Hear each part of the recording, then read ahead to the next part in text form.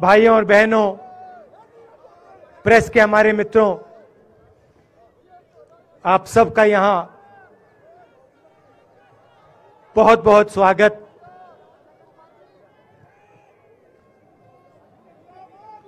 आप आज यहां बर्फ में खड़े हैं, मगर आप में से किसी को सर्दी नहीं लग रही है।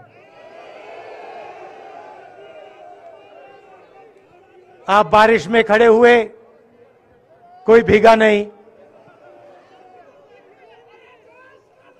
गर्मी में आपको गर्मी नहीं लगी, सर्दी में आपको सर्दी नहीं लग रही है, क्योंकि देश की शक्ति आपके साथ है।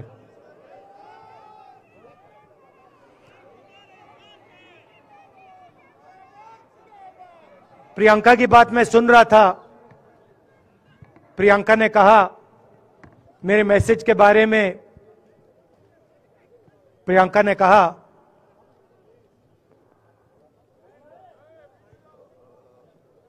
नॉर्मली होता नहीं है, मगर मेरे आंख में आंसू आए।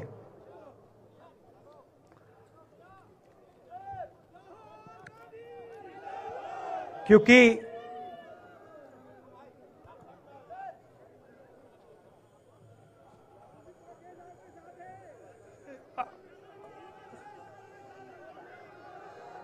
मैं कन्याकुमारी से चला, शुरुआत की और पूरे देश में हम पैदल चले। मैं सच बताऊं, आपको अजीब लगेगा,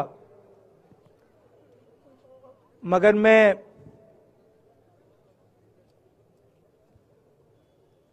बहुत सालों के लिए हर रोज 8-10 किलोमीटर दौड़ता हूं। तो मैंने सोचा था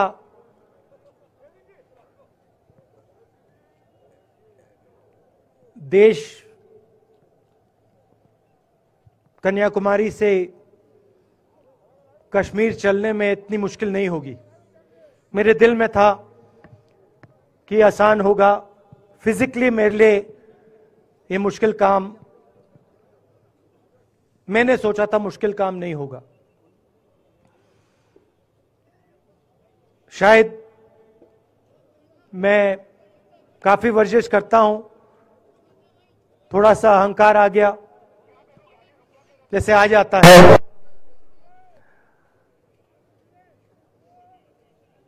मगर फिर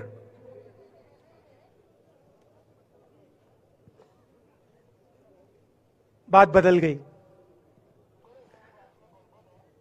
जब मैं छोटा था,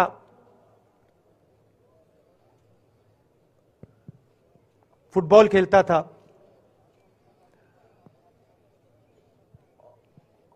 और कॉलेज में जब मैं फुटबॉल खेल रहा था, एक बार मुझे बहुत जोरों से घुटने में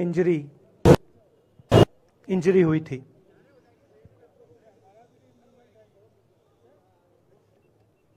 मैं उसको भूल गया था।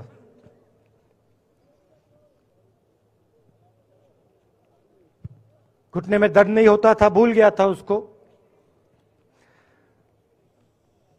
दर्द गायब हो गया था। मगर कन्याकुमारी से 5-7 दिन बाद घुटने में प्रॉब्लम आई, और जबरदस्त प्रॉब्लम आई। पूरा अहंकार उतर गया और मैं सोचने लगा, क्या मैं ये जो 3500 किलोमीटर हैं, क्या मैं इनको चल पाऊंगा या नहीं। तो जो मैंने सोचा था आसान काम होगा, वो काफी मुश्किल हो गया। मगर फिर मैंने किसी ना किसी तरीके से ये काम पूरा कर दिया। बहुत कुछ सीखने को मिला, बहुत कुछ सीखने को मिला। मैं आपको बोलूं तो दर्द सहना पड़ा काफी, मगर सह लिया। रास्ते में एक दिन मुझे दर्द हो रहा था, काफी दर्द हो रहा था, और मैं सोच रहा था अब 6-7 घंटे और चलने हैं। और उस दिन मुझे लग रहा था कि आज मुश्किल है। और एक छोटी सी बच्ची आई, दौड़ती हुई आई मेरे पास, और मुझे कहती है कि मैंने तुम्हारे लिए कुछ लिखा है,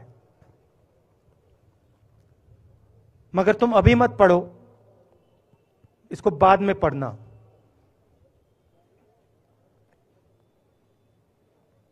और फिर वो मुझे गले लग के भाग गई। फिर मैंने सोचा अब पढ़ता हूं क्या लिखा है।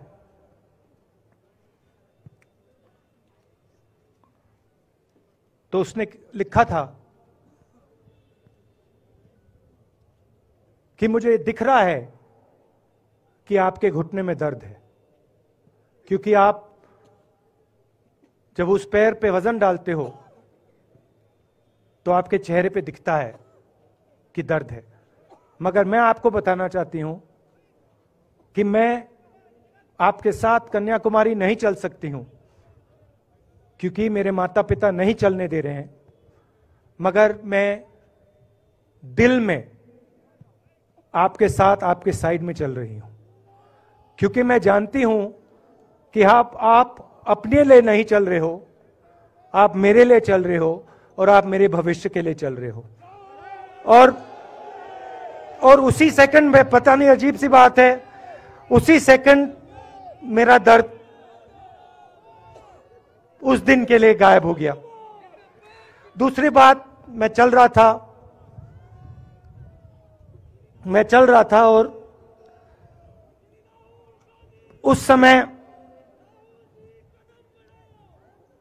उसी समय वहां पे थोड़ी सर्दी बढ़ रही थी। सुबह का समय था और 4 बच्चे आए।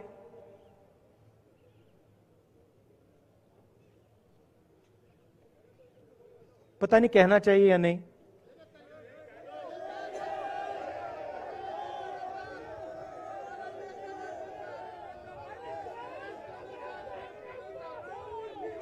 तो कह देता हूं, छोटे से बच्चे थे, भिखारी थे,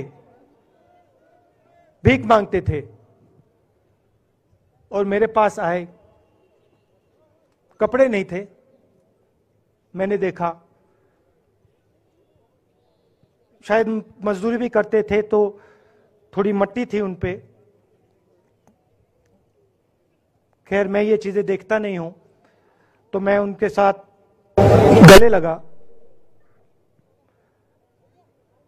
घुटनों पे गया, ऐसे उनको पकड़ा मैंने, क्योंकि मैं उनकी लेवल पे रहना चाहता था।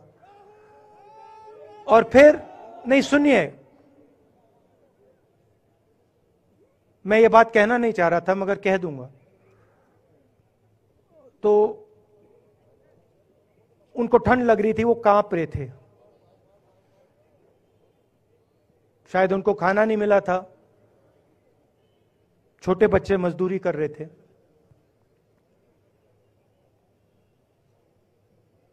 तो मैंने सोचा कि अब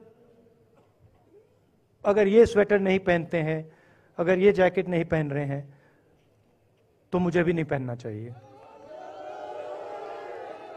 मगर मैं झिझका क्यों आपको बताना चाहता हूं, मैं झिझका क्यों आपको बताना चाहता हूं।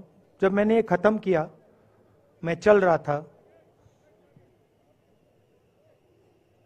तो हमारे साथ एक व्यक्ति थे, उन्होंने मेरे कान में बोला, राहुल जी, ये बच्चे गंदे हैं, इनके पास आपको ऐसे जाना नहीं चाहिए। तो मैंने उनसे कहा, वो आपसे और मुझसे दोनों से साफ हैं,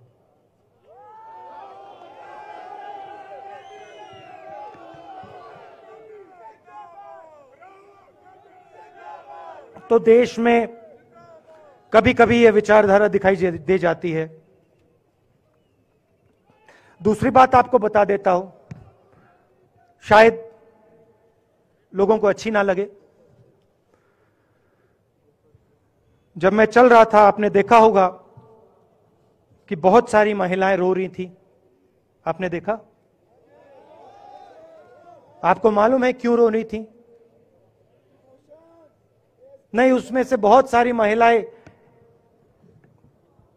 इमोशनल थी, मुझसे मिलकर रो रही थी। मगर उसमें बहुत सारी ऐसी भी महिलाएं थी जिन्होंने मुझे बोला कि उनके साथ बलात्कार हुआ है, उनको किसी ने मोलेस्ट किया है, उनके किसी रिश्तेदार ने उनको मोलेस्ट किया है। और जब मैं उनसे बोलता था, बहन मैं पुलिस को बताऊं, तो मुझे कहती थी, राहुल जी पुलिस को मत बताइए, हम चाहते हैं कि आपको यह बात मालूम हो, मगर पुलिस को मत बताइए, हमारा और भी नुकसान हो जाएगा। तो ये हमारी देश की सच्चाई है। ऐसी बहुत सारी और मैं कहानियां आपको बता सकता हूं।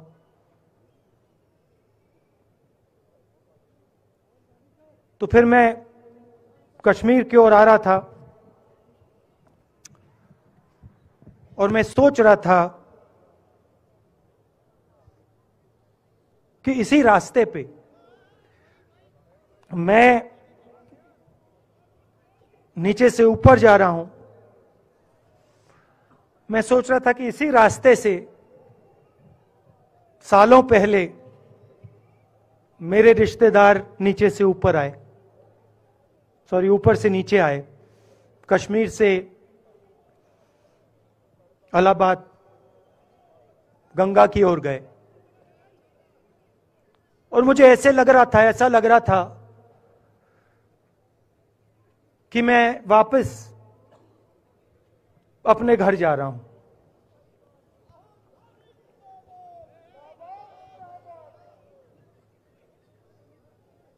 घर मेरे लिए,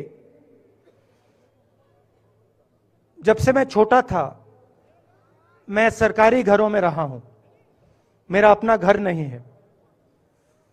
तो मेरे लिए घर, जिसको जो स्ट्रक्चर होता है, उसको मैंने कभी घर नहीं माना। वो मेरे लिए, मैं कहीं भी रह लूं, वो एक इमारत होती है, वो घर नहीं होता है। घर मेरे लिए एक सोच है, एक जीने का तरीका है, एक सोचने का तरीका है।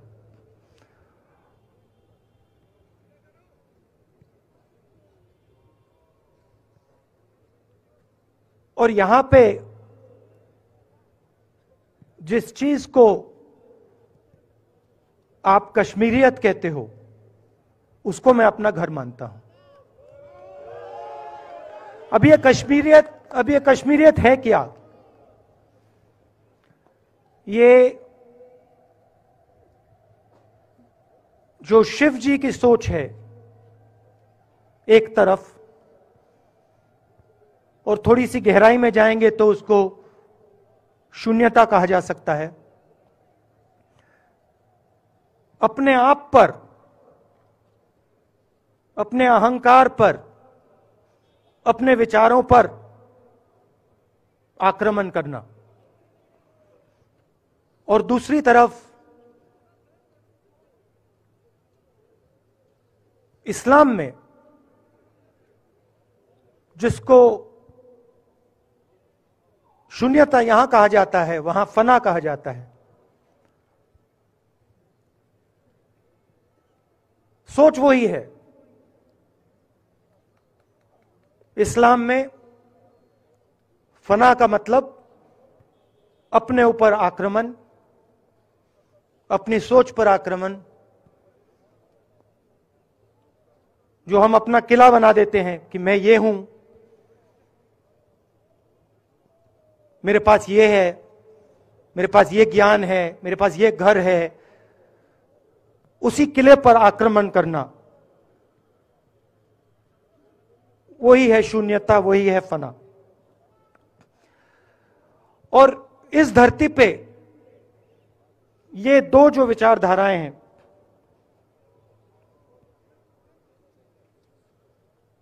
इनका एक बहुत गहरा रिश्ता है और ये सालों से रिश्ता है, जिसको हम कश्मीरियत कहते हैं। यही सोच बाकी स्टेट्स में भी है। गांधी जी वैष्णव जनतों की बात करते थे, जिसको हम यहां शून्यता फना कहते हैं, उसको गुजरात में वैष्णव जनतो कहा जाता है। असम में शंकर देव जी ने भी यही बात कही। कर्नाटक से हमारे यहां जो लोग आए हैं, वहां बसवा जी ने यह बात कही। केरल में नारायण गुरु ने ये बात की। महाराष्ट्र ने ज्योतिबा फुले जी ने यह बात की। और यहां इसको हम कश्मीरियत कहते हैं। लोगों को जोड़ना और दूसरों पर आक्रमण नहीं करना, अपने आप पर आक्रमण करना, अपनी कमी देखना।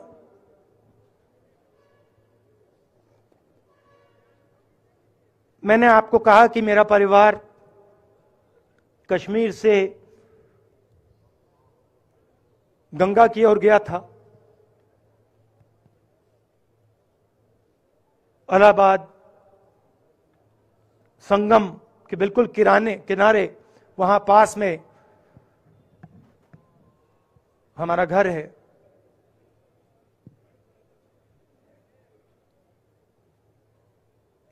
तो जब यहां से वो वहां गए, उन्होंने कश्मीरियत की जो सोच थी उसको गंगा में डाला था। गंगा में ले गए उस सोच को और उत्तर प्रदेश में उस सोच को फैलाया था, जिसको उत्तर प्रदेश में गंगा जमुना तहजीब कहा जाता है।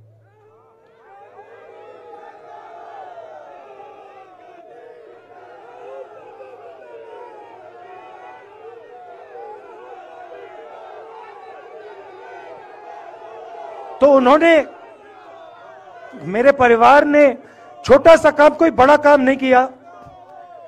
जो आपने उनको सिखाया, जो जम्मू कश्मीर के लोगों ने उनको सिखाया, लद्दाख के लोगों ने सिखाया, क्योंकि उसमें बौद्ध धर्म भी है, उनके पास भी वही सोच, शून्यता की सोच उधर भी है। वो उसको ले गए और उस विचारधारा को, सोच को गंगा में उन्होंने रखा। तो मैं ये सोच रहा था, जब यहां आ रहा था, पैदल चल रहा था, और मुझे सिक्योरिटी वालों ने कहा था कि देखिए, आप पूरे हिंदुस्तान में चल सकते हो, जम्मू में भी चल सकते हो, मगर आखिरी जो 4 दिन हैं कश्मीर में, आपको गाड़ी से जाना चाहिए।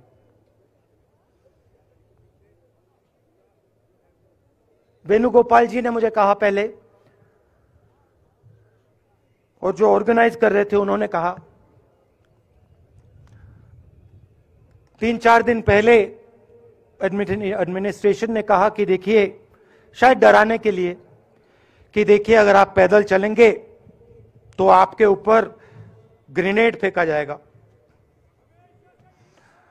तो मैंने सोचा,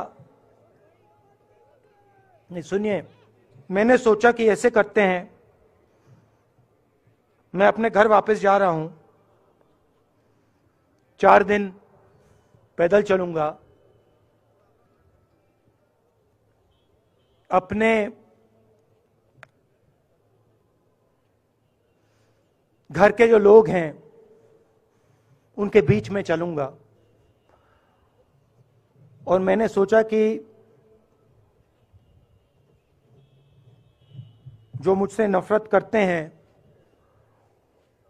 उनको क्यों ना मैं एक मौका दूं कि मेरी सफेद शर्ट का रंग बदल दें, लाल कर दें।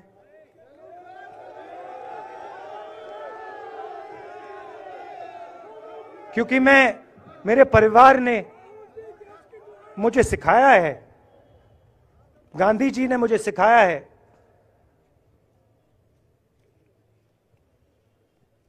कि अगर जीना है तो डरे बिना जीना है, नहीं तो जीना नहीं है।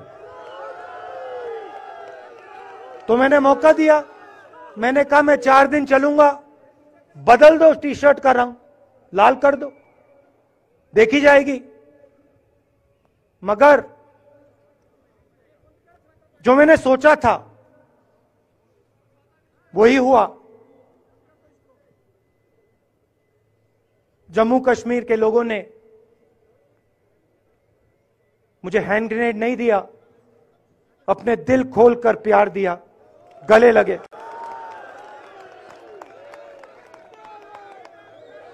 और मुझे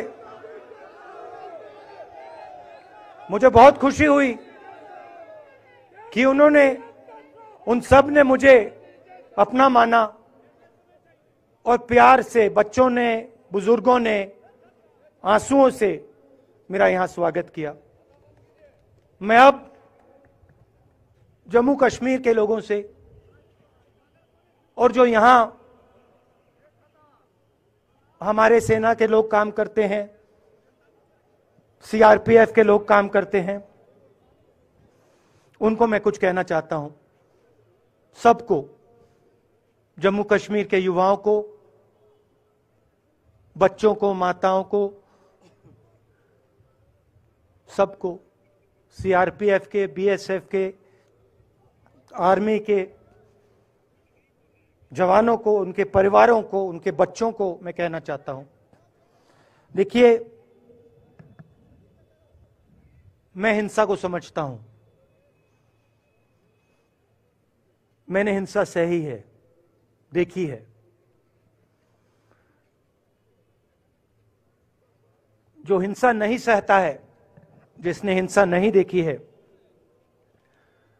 उसे यह बात समझ नहीं आएगी। जैसे मोदी जी हैं, अमित शाह जी हैं, आरएसएस के लोग हैं, उन्होंने हिंसा नहीं देखी है।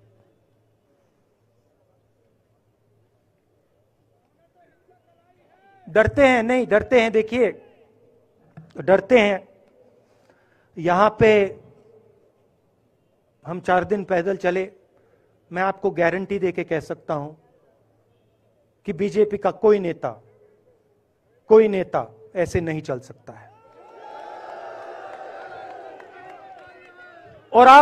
और इसलिए नहीं क्योंकि जम्मू कश्मीर के लोग, इसलिए नहीं क्योंकि जम्मू कश्मीर के लोग उनको चलने नहीं देंगे, इसलिए क्योंकि वो डरते हैं। खैर, मैं अपने जम्मू कश्मीर के लोगों को, युवाओं को, बुजुर्गों को और आर्मी के लोगों को, सीआरपीएफ, बीएसएफ लोगों को थोड़ा सा बताना चाहता हूं। देखिए, मैं जब 14 साल का था, स्कूल में था, सुबह ज्योग्राफी की क्लास में था, मैं पढ़ रहा था, सामने बैठा था और मेरी एक टीचर आई, अंदर आई और उसने कहा, राहुल तुम्हें प्रिंसिपल बुला रहा है। मैं बदमाश था, बहुत बदमाश था जब छोटा था। बहन से पूछ सकते हो क्या क्या करता था मैं, अभी भी करता हूं।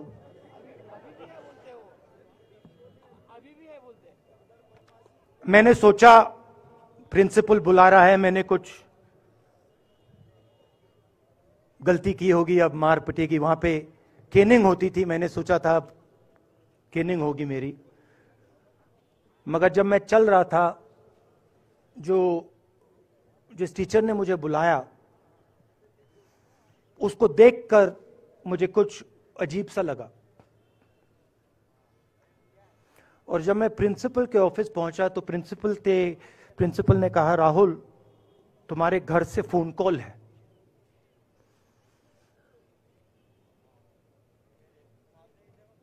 और जब मैंने उसके शब्द सुने, मुझे पता लग गया कुछ गलत हो गया है। मेरे पैर कांपे और मैंने जैसे फोन अपने कान पे लगाया तो मेरे मां के साथ एक औरत काम करती है, वो चिल्ला रही थी, राहुल दादी को गोली मार दी, दादी को गोली मार दी, दादी को गोली मार दी। 14 साल का था।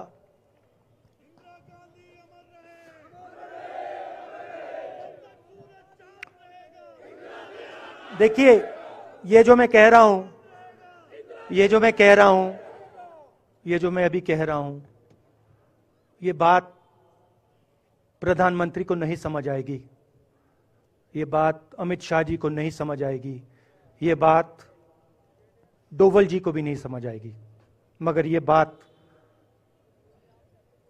कश्मीर के लोगों को समझ आएगी, ये बात सीआरपीएफ के लोगों को समझ आएगी, ये बात आर्मी के लोगों को समझ आएगी, उनके परिवारों को समझ आएगी। तो उन्होंने मुझे कहा, नाम ओंगमू है उसका, उसने कहा दादी को गोली लग गई, दादी को गोली लग गई। और फिर मुझे गाड़ी में वापस ले गए, प्रियंका को मैंने स्कूल से उठाया, मैं वापस गए।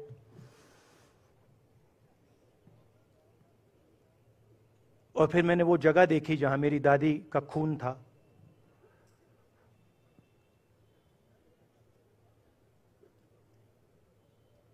पापा आए, मां आई, मां बिल्कुल हिल गई थी, बोल नहीं पा रही थी।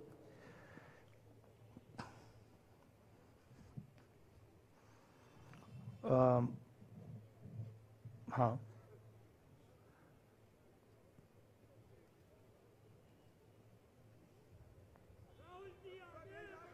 फिर क्या हुआ? तो जब जो हम लोग हैं जिन्होंने हिंसा देखी है,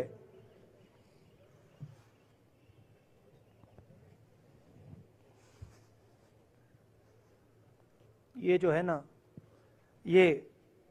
इसको हम बिल्कुल दूसरी तरीके से देखते हैं।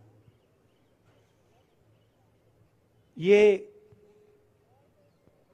आप सबके लिए टेलीफोन है, ये हमारे लिए सिर्फ टेलीफोन नहीं है।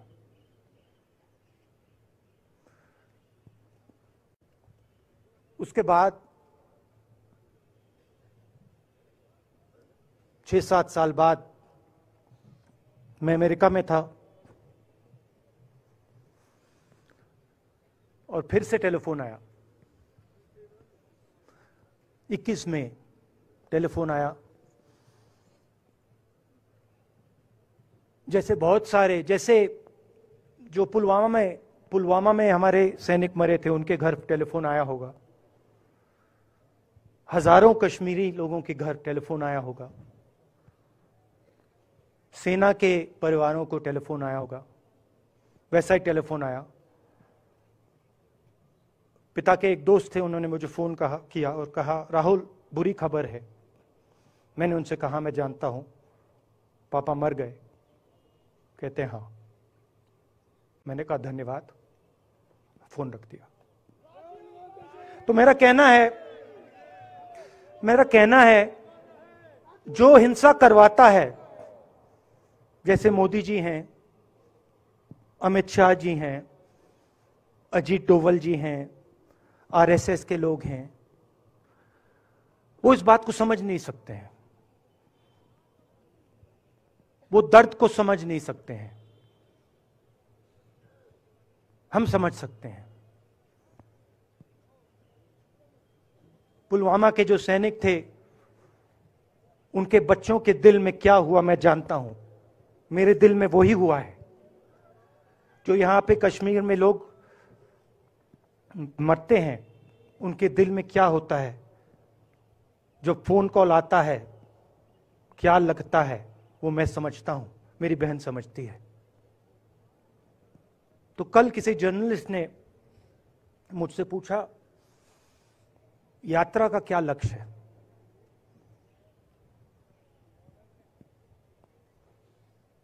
कहा कि यात्रा क्या अचीव करना चाहती है, जम्मू कश्मीर में क्या अचीव करना चाहती है। मेरे उस समय दिमाग में आया, मगर मैंने कहा नहीं बोलता हूं, कल भाषण में बोलूंगा। यात्रा का लक्ष्य है कि ये जो फोन कॉल हैं, चाहे ये आर्मी के हों, चाहे सीआरपीएफ के हों, चाहे ये कश्मीर के लोगों के हो, ये फोन कॉल बंद हो जाए।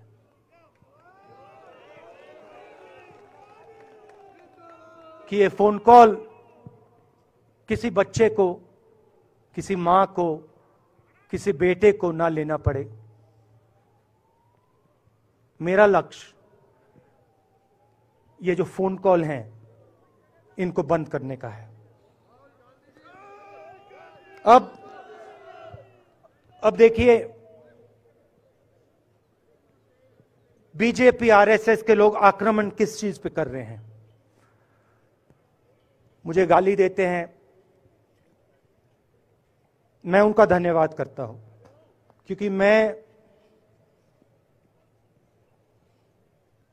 आपको शून्यता की बात की, शिव की बात की, उसको मैं समझता हूं और मैं दिल से उनका धन्यवाद करता हूं कि जितना भी वो मेरे ऊपर प्रेशर डालें, जितनी भी गाली लगाएं, जो भी वो करें, उससे मैं सिर्फ सीखता हूं। तो मैं एक प्रकार से उनका धन्यवाद करता हूं।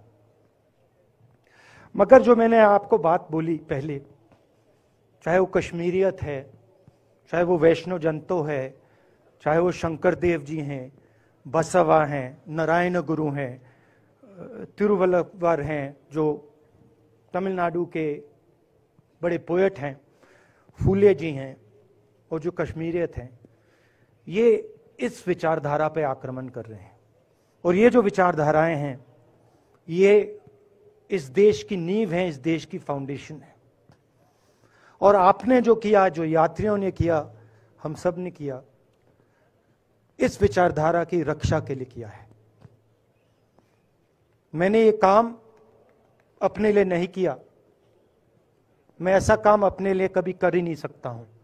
मैंने ये काम हमारे कांग्रेसी मित्रों को ये अच्छा ना लगे, मगर मैंने ये काम कांग्रेस पार्टी के लिए भी नहीं किया है। मैंने ये काम, और हम सब ने ये काम हिंदुस्तान की जनता के लिए किया है। और हमारी कोशिश है कि जो विचारधारा इस देश की नींव को तोड़ने की कोशिश कर रही है, जो विचारधारा इस देश की नींव को तोड़ने की कोशिश कर रही है, उसके खिलाफ हम खड़े हों, मिलकर खड़े हों, नफरत से नहीं, क्योंकि वो हमारा तरीका नहीं है, मोहब्बत से खड़े हों। मैं जानता हूं कि अगर हम मोहब्बत से खड़े होंगे, प्यार से बात रखेंगे, तो हमें सफलता मिलेगी। और उनकी जो विचारधारा है, उसको हम सिर्फ हराएंगे नहीं, मगर उस विचारधारा को हम उनके दिलों से निकाल देंगे। तो आपने, देश की जनता ने हमारा समर्थन किया। हमारी कोशिश है कि हमें, बीजेपी ने एक जीने का तरीका, राजनीतिक तरीका दिखाया है। हमारी कोशिश है कि हम एक और तरीका, जो हिंदुस्तान का तरीका है, मोहब्बत का तरीका है, वो हम देश को दिखाएं। हम देश को याद दिलाएं कि हिंदुस्तान मोहब्बत का देश है, इज्जत का देश है, भाईचारे का देश। तो हमने जो कहा था, छोटा सा कदम लिया है, बड़ा कदम नहीं है। नफरत के बाजार में मोहब्बत की दुकान खोलने की कोशिश की, धन्यवाद। जय हिंद।